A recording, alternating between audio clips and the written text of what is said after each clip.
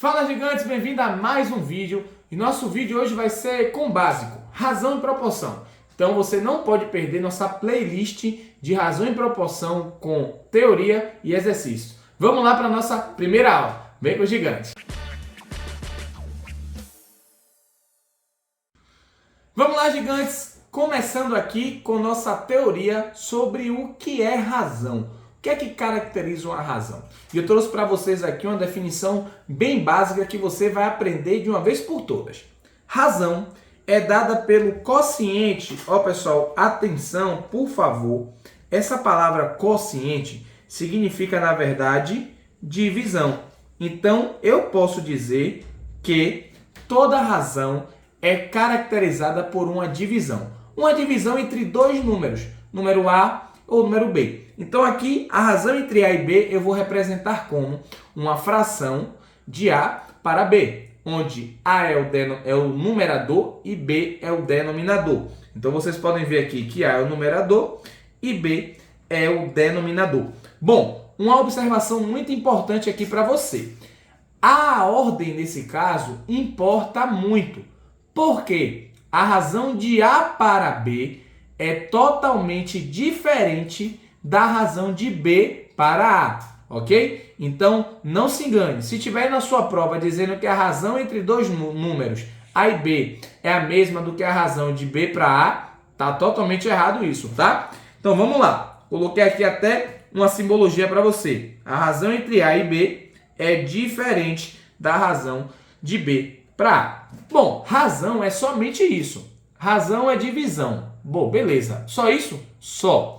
Mas nós vamos trabalhar aqui também com algumas razões especiais, que tem esse nome de razões especiais porque são as razões que nós mais utilizamos no nosso cotidiano, e para calcular velocidade, densidade, escala e etc. Então eu trouxe aqui 4 razões especiais que mais caem em prova de vestibular, exercício de escola, prova de concurso, principalmente no Enem, tá? Tem uma dessas aqui que cai muito no Enem, todo ano. Então nós vamos começar aqui com razões especiais. E as razões especiais são razões utilizadas no cotidiano, tá? Então nós vamos ver alguns exemplos. Primeiro exemplo que nós vamos utilizar é a razão da velocidade média. Essa razão é bem utilizada na matéria de física, mas nós vamos interpretar aqui agora na matéria de matemática. O que é que seria uma velocidade média? Observe, quando você vai se referir a uma velocidade, geralmente, a velocidade de um carro, por exemplo, você se refere do seguinte modo. Bom, esse carro está a 60 km por hora. Olha essa fala, quilômetros por hora, na verdade, é você pegar a distância, né, representação na unidade por quilômetro, e dividir pelo tempo, que nessa representação são as horas.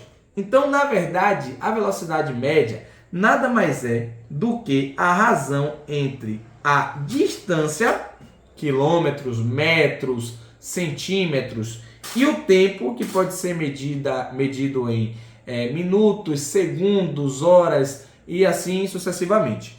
Bom, mas aqui nós temos uma grandeza que é bastante vista, que é a grandeza de quilômetros por hora, e uma grandeza que faz parte do sistema internacional, ok? Que é utilizada por todo o mundo, que é metros por segundo. Algumas questões podem especificar o tipo de grandeza que ela quer como resposta. Então, se especificar, você vai precisar fazer as mudanças, as transformações necessárias. Aí você precisa lembrar de quantos segundos tem um minuto, de quantos minutos tem uma hora. Você precisa lembrar daquela tabela de conversão de medidas, tá? Metros, decímetros, centímetros e assim sucessivamente. E sabendo disso, você vai transformar qualquer medida qualquer unidade na unidade que você quer descobrir, ok? Então essa é a nossa primeira razão especial, velocidade. Então, velocidade, você já sabe que é a razão entre a distância percorrida e o tempo que levou para percorrer essa distância. Bom, a outra razão é muito utilizada em mapas, principalmente no Enem, que é a razão de escala. Essa razão é a razão que mais pega as pessoas por não saber usar esse tipo de razão. Muito simples. O que é uma escala? A escala é a razão entre a medida do mapa e a medida real. Imagine quando a pessoa vai desenhar um mapa. Vai desenhar um mapa representando o mapa do Brasil, por exemplo. É claro que essa pessoa não consegue desenhar esse mapa em tamanho real. Então ela precisa de uma escala para que você, leitor do mapa, entenda qual a distância que ela está se referindo naquele mapa em relação à distância real. Então vamos imaginar que o mapa esteja em uma escala de 1 para 2000. 1 centímetro no mapa equivale a 2000 centímetros na vida real. Observe que na escala as duas medidas precisam estar na mesma grandeza, ou seja, uma está em centímetro, a outra também precisa estar em centímetros, ok? Então vamos lá.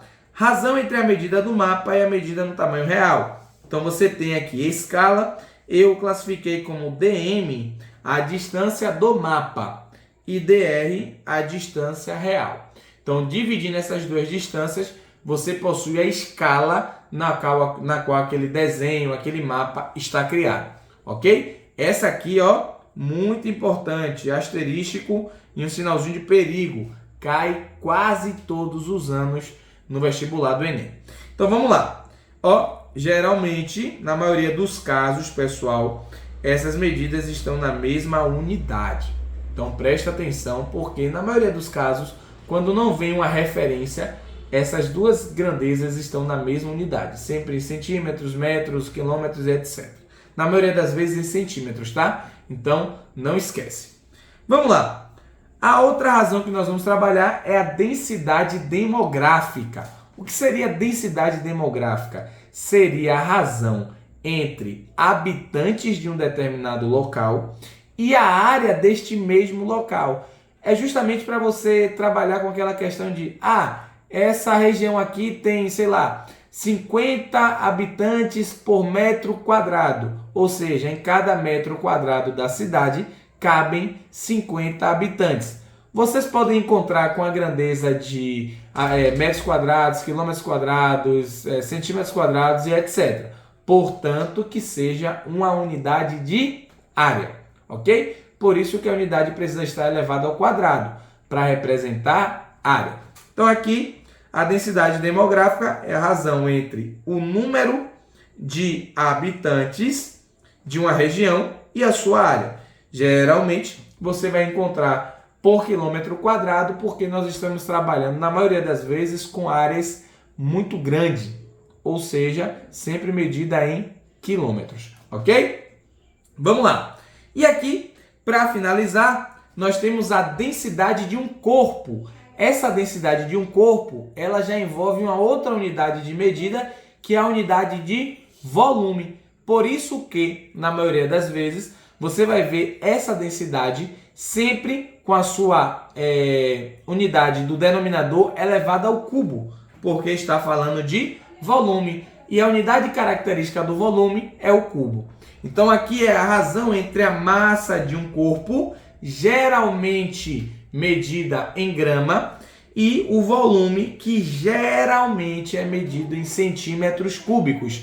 Então a densidade de um corpo é dada pela razão entre as gramas e os centímetros cúbicos. Você pode ter lá, o óleo tem uma densidade de 25 gramas por centímetro cúbico. Ou então você pode ter um corpo com a densidade de 20 quilos por centímetros cúbicos. Mas observe sempre que é a unidade de massa dividido pela unidade de volume, ok? Rapaziada, muito obrigado por ficar até o final dessa aula. Se você terminou essa aula e ficou sem dúvida nenhuma, vai lá na nossa próxima aula, que é sobre exercícios. Vamos praticar, porque depois nós vamos falar sobre proporção e também fazer alguns exercícios. É isso e vem com os gigantes!